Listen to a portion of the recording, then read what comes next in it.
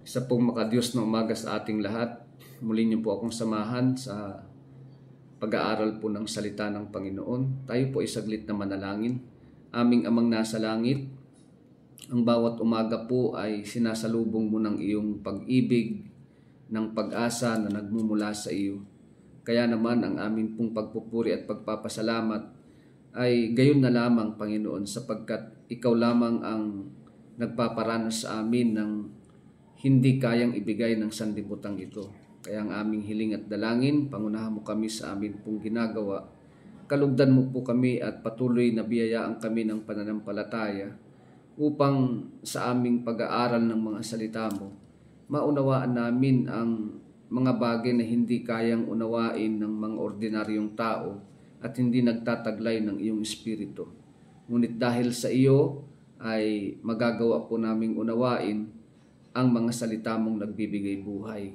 Kaya ito po ang patuloy naming hiling at nawa po ay patuloy mong iparanas sa amin sa pangalan ni Jesus. Amen. Ang ating pong ginagawa ay pag-aaral sa mga hadlang sa ating pong pakikipag-fellowship sa Diyos at tayo po ay nasa pagtalakay sa pinakahuling hadlang sa ating pong pakikisama sa Panginoon. Walang iba kundi yung denial of the Son o yung hindi pagkilala po sa ating Panginoong Jesucristo. Ang atin pong tekstong babasahin ngayon ay kukunin po natin sa aklat ng unang Juan, Kapitulo 2, talatang 24 hanggang 27. Ganito po ang sinasabi, "Pakaingatan ninyo sa inyong puso ang narinig ninyo sa pasimula pa. Kung gagawin ninyo ito, mananatili kayo sa anak at sa Ama. At ito naman ang ipinangako sa atin ni Kristo, ang buhay na walang hanggan. Isinusulat ko ito upang bigyan kayo ng babala tungkol sa mga taong nagnanais na iligaw kayo. Gayunpaman, ang Espiritu'y ipinagkaloob na ni Kristo sa inyo. At habang ang Espiritu'y nananatili sa inyo, hindi ninyo kinakailangang turuan pa ng iba.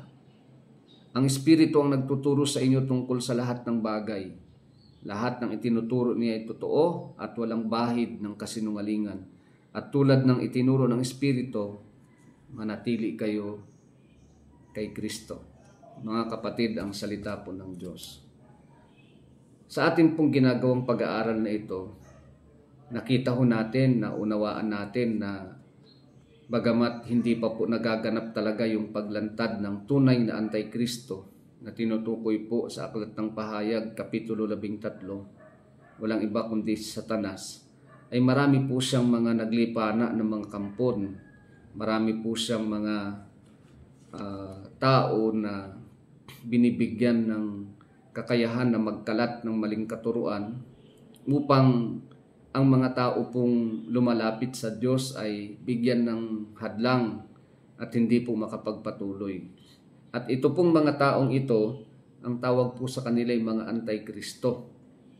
No, na hanggang ngayon sa atin pong henerasyon, hindi lang po sila basta marami, kundi lubha pong dumadami sila dahil ang pakay po nila ay maraming Kristiyano ang malayo sa paglilingkod sa Panginoon at maakay po sa hidwang pananampalataya. Kaya gayon na lamang po ang paalala sa atin ni Apostle John kung papaano po tayo magkaroon ng isang solidong pananampalataya sa Panginoon. Kasi ang nakakalungkot nga po dito sa ating natuklasan, itong mga Antikristo na ito, sabi po ni Apostle John, unang-una, John tells us that this Antichrist went out from us, but were not of us. Yun po yung nabasa natin sa verse 19, yung mga previous na vlog po natin. Nakita po natin na ang mga Antikristo pala na ito ay galing po sa atin. Nakasama na natin sa loob ng simbahan, sa Bible studies. Nakasama na natin sa pagpupuri at pagsamba sa Panginoon. Pero sabi po ni Apostle John, hindi ho natin sila kasama eh.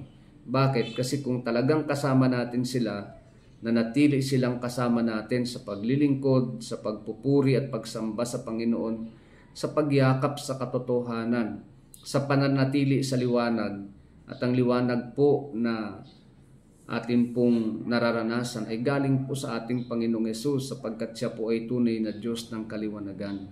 Pero ano po ang nangyari? Sa halip na sila po'y makapanatiling kasama nating sumasamba, naglilingkod at nagpupuri sa Panginoon, sila po ay lumabas at iniwan po tayo. Yun po ay pagpapatunay, sabi po ni John, na sila ay hindi talaga atin. Sila po ay talagang may pakay lamang kung bakit sila po ay nasa loob ng simbahan. Kaya it's really a profound statement na sabihin natin na hindi po talaga lahat ng nasa loob ng church ay totoong sumasamba sa Panginoon, totoong may malinis na motibo, totoong nakakaunawa ng katotohanan, totoong Kristiyano. May mga nakakasama po talaga tayo na sa ayaw man natin sa hindi, tanggapin man natin o hindi, may mga nakakasama po tayo sa loob ng simbahan na ang pakay po ay guluhin ng ating pananampalataya, ang pakay po ay dayain tayo, ang pakay po ay manligalig sa atin pong buhay pananampalataya. And that's the truth, mga kapatid. Hindi ho natin pwedeng itsapwera yun dahil yun po ang sinasabi ni Apostle John na talagang itong mga anti-Kristo na ito ay nakasama na natin pero sila po'y lumabas dahil hindi po nila matanggap ang katotohanan.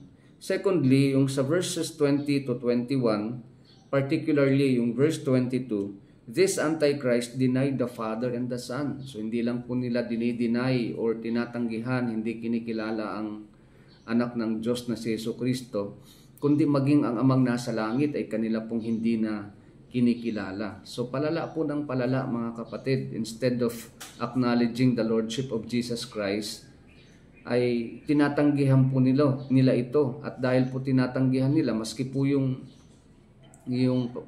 amang nasa langit ay hindi na po nila kinikilala, mga kapatid. Kaya ang pangaral po sa atin ni Apostle John ay talagang ganun na lang po katindi, sapagkat ang mga tao po sa halip na kilalanin ang Panginoon ay lantaran pong ginagawa ang pagtanggi at hindi pagkilala po sa Kanya.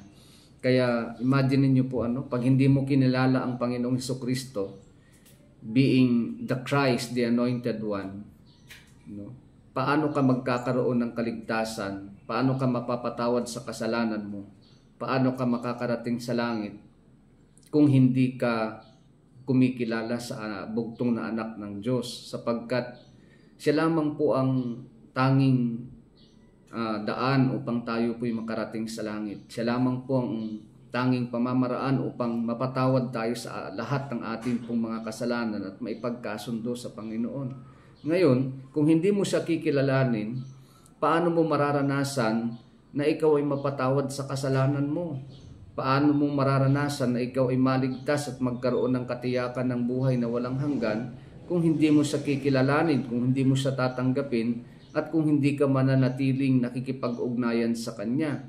Kaya napakahalaga, mga kapatid, na kapag tayong mga born-again Christian talaga ay nagsasabing meron tayong pakikisama sa Panginoon, dapat po ay malinaw nating nakikilala ang Panginoon. Nararanasan natin siya sa pang-araw-araw na buhay, kasama natin siya sa lahat ng panahon, anuman ang sitwasyon, anuman ang kalalagayan. Kasama po natin ang presensya ng Panginoon, kasama natin ang presensya ng Ama, kasama natin ang presensya ng banal na Espiritu. Kaya mga kapatid, napakalinaw po ng sinasabi. And thirdly, yung sa verse 26 po, this Antichrist, according to John, seek to lead us astray from the truth about Jesus and His work. Ano po ang pakay ng mga Antikristo na ito? Ang pakay po nila ay tayo po ay ilayo at iligaw sa katotohanan tungkol po sa ating Panginoong Jesucristo at tungkol sa Kanyang ginawa sa krus ng Kalbaryo. Alam po ng mga Antikristo na ito na kapag nalaman ng tao ang katotohanan tungkol kay Kristo, nalaman po ng mga tao ang Kanyang ginawa sa cross of Calvary, ito po ang magiging dahilan upang mabuksan ang kanilang espiritual na pangunawa. At kapag nabuksan po ang espiritual na pangunawa ng isang tao, ang tao po ay naliligtas. Ang tao po ay nakikilala niya yung kanyang sarili na makasalanan. At kapag nakilala po ng tao na siya'y makasalanan, mangangailangan siya ng tagapagligtas. at ang tanging kikilalanin niya pong tagapagligtas ng kanyang buhay, ng kanyang kaluluwa, ay walang iba kundi ang ating Panginoong Jesucristo. Kaya po mananatili siya sa liwanag, mananatili siya sa pakikipag-fellowship sa Diyos. Bakit? Kasi nga naunawaan niya, nakilala niya, nararanasan niya, at isinasabuhay niya ang mga katuruan tungkol kay Kristo. Kaya ito pong mga anti-Kristo na ito mga kapatid, ang pakay lang nila mandaya mga kapatid. Ang pakay lang nila ay mag-akay ng mga tao sa pagkaligaw. Ilayo ang mga tao sa tunay na ebanghelyo ng Panginoon. Tandaan niyo po, nung panahon ni Apostle John, ang isa po sa matinding pandaraya ng mga anti-Kristo na ito ay nagpipreach po sila ng another gospel. No? Iisa lang po ang ebanghelyo, pero nagpipreach po sila ng ibang ebanghelyo na kontra sa ipinapangaral ng mga apostol. Kontra sa sinasabi po ng Biblia. No? Bakit po nagkakaganon mga kapatid? Kasi itong mga taong ito, ang kanilang motibasyon hindi po galing sa Diyos, hindi po galing sa Espiritu ng Panginoon, kundi po galing mismo kay Satanas, na ang pakay po talaga ni Satanas, gamitin sila upang sila po ay makapandaya, upang sila po ay manggulo, upang sila po ay magbigay o maghasik ng maling katuruan. Kaya hindi po nakakapagtaka mga kapatid na may mga nakakapasok po talaga sa loob ng simbahan na ang pakay po ay guluhin ang mga tao po doon sa loob ng simbahan. Mga kapatid, kung kayo po ay nakikinig sa ating pong ginagawang pagtuturo na ito, huwag po tayong magpagamit sa kaaway. Huwag po tayong maging instrumento ng kadiliman. Huwag po tayong maghasik ng maling katuruan na magiging dahilan upang maging magulo ang gawain ng Panginoon. Tandaan niyo po, ang pakay po ni Satanas ay magnakaw, pumatay at magwasak. At yan po ang agenda niyang ipinapadala sa kanyang mga kampon na pumapasok po sa mga simbahan na nagsasabing sila po ay full gospel, Bible-centered Christian fellowship. Sila po ay Bible-believing Christians, no?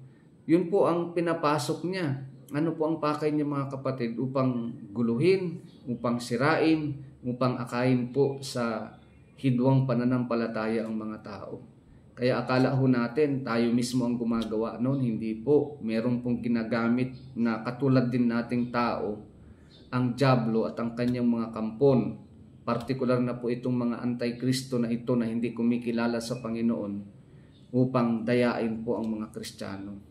Lagi ho nating tatandaan, kung ang Diyos ay gumagamit ng taong katulad din natin, si Satanas man po ay gumagamit ng kapwa din nating tao upang dayain ang mga taong lumalapit sa Panginoon. Ang matindi po, mahirap i-recognize at ma-recognize itong mga taong ito kasi nakadamit din silang katulad natin. Sila po ay nagtataas din ng kamay kapag sumasamba tayo. Sila po ay nakaupong kasama rin natin sa pakikinig ng salita ng Panginoon. Sila po ay nagbibigay po ng testimony about the goodness of God. Sila po ay nagsasabi na sila po ay may taglay din na Espiritu ng Panginoon. Pero po ano ang kasinungalingang nangyayari? Pinapabulaanan po ito ng kanilang maling motibo, pinapabulaanan po ito ng kanilang masamang gawa, na sila po'y nanggugulo, nanliligalig at naghahasik po ng maling katuruan. Mga kapatid, huwag tayong magpagamit sa dyablo. Huwag po tayong magpagamit kay Satanas. No, kasi ang gawain po niya manira. So kapag nanira ka, hindi po galing sa Diyos yan. Galing po sa masamang espiritu yan.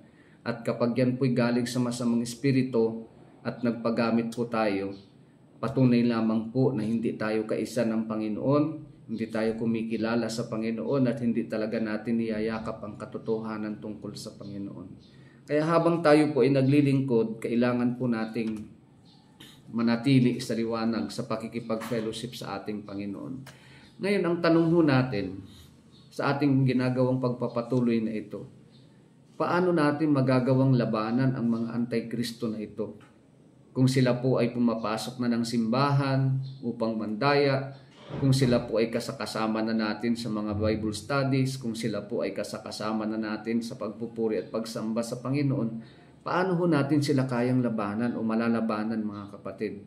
Hindi ho ngipin sa ngipin ng kailangan, kundi kailangan po talaga manatili tayo kay Kristo. At ito po yung sinasabi ng atin pong teksto ngayon pong umagan. Ang sinasabi po rito ni John, isinusulat ko ito sa inyo upang bigyan kayo ng babala laban sa mga taong nagnanais na iligaw kayo. Pero bago po dumating doon, balikan natin yung verse 24. Ano po ang sabi niya? Pakaingatan ninyo sa inyong puso ang narinig ninyo sa simula pa.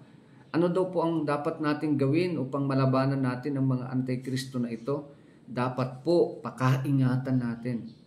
Ibig sabihin po ng word na pakaingatan, meron tayong utmost na ginagawa talaga upang magwardyahan yung mga katotohanan ng ating narinig noon pa mang una. No? From the time na ikaw at ako'y nakapakinig na ng salita ng Panginoon at ito po ay nanatili sa atin pong puso, huwag ho nating hayaan na nakawin po ng dyablo ang mga katotohanan na yung tungkol sa Panginoong Yesus.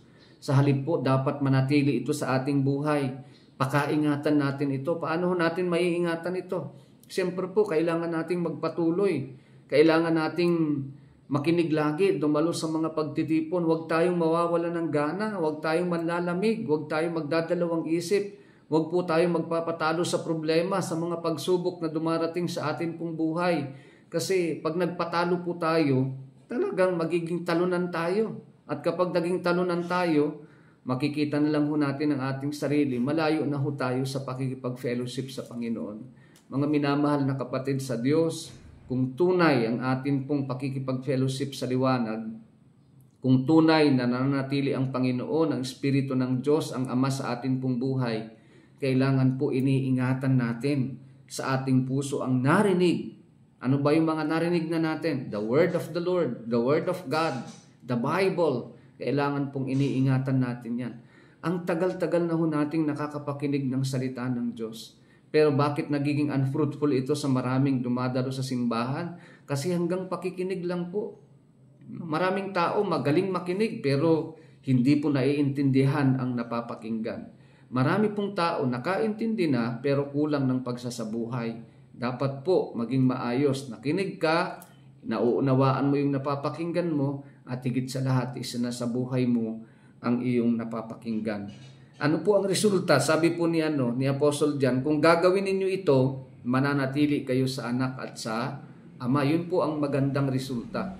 Pag ikaw at ako, iniingatan po natin yung salita ng Diyos sa ating buhay, mananatili sa atin ng Ama, mananatili tayo sa anak at sa ama. No? Yung presence of God will be with us. At the same time, ikaw at ako bilang isang tao na kumikilala sa Diyos, makakapanatili tayo sa anak at sa ama. Kaya kung gusto po nating makapanatili, mga kapatid, kailangan may gawin din tayo. May counterpart din sa atin. Manatili din tayo sa Diyos. Manatili sa atin ang kanyang mga salita. Ingatan natin ang salita ng Diyos sa ating puso. At meron pong pangako. Ano po ang pangako? At ito naman ang pangako ng Panginoong Yesus sa ating buhay. Ano po yung pangako niya? Buhay na walang hanggan. Para kanino po ito?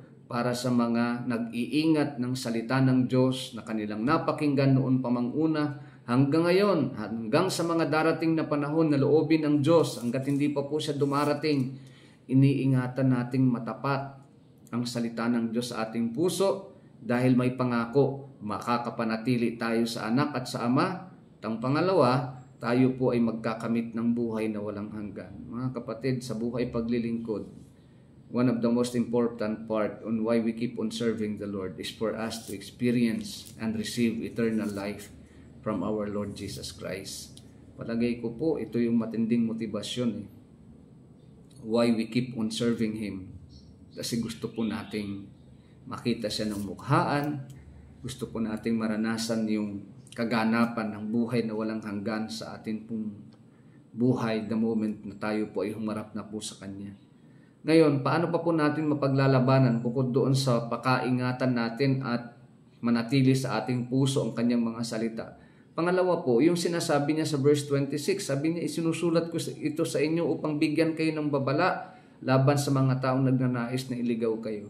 Pangalawa po, makinig tayo sa babala. No? Ang Biblia po, napakaraming babala. Ano po ang purpose ng mga babala na ito? Upang ikaw at ako matutong makinig sa babala. Kasi pag hindi ho tayo nakinig, pag hindi natin pinakinggan ang mga babala galing sa Biblia, matadaya po tayo. Tayo ay aakayin palayo sa Ebanghelyo ng Panginoon.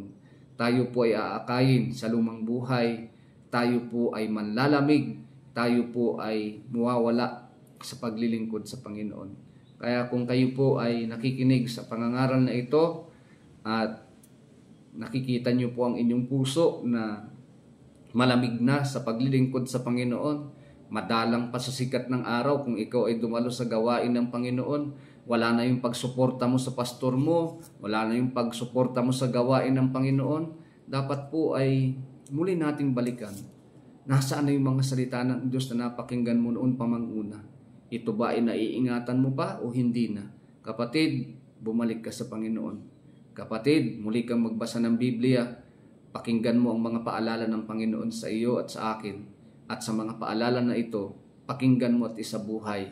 At pag pinakinggan mo ang babala ng Panginoon, muli kang mapapaalalahanan na dapat maging mainit ka, dumalo ka lagi sa gawain ng Panginoon, muli kang dumalo sa mga pagtitipon na kung saan mapapakinggan mo muli ang salita ng Diyos. Mga kapatid, ipagpapatuloy po natin ang pag-aaral na ito. Bukas, samahan niyo po akong muli. At kung kayo po'y napagpapala, pakilike niyo na lang po ang video, pakishare niyo na rin po upang marami po ang makarinig ng salita ng Diyos. Again, magandang umaga po sa inyong lahat. Pagpalain ng Diyos ang mga susunod na sandali ng ating buhay. In Jesus' name.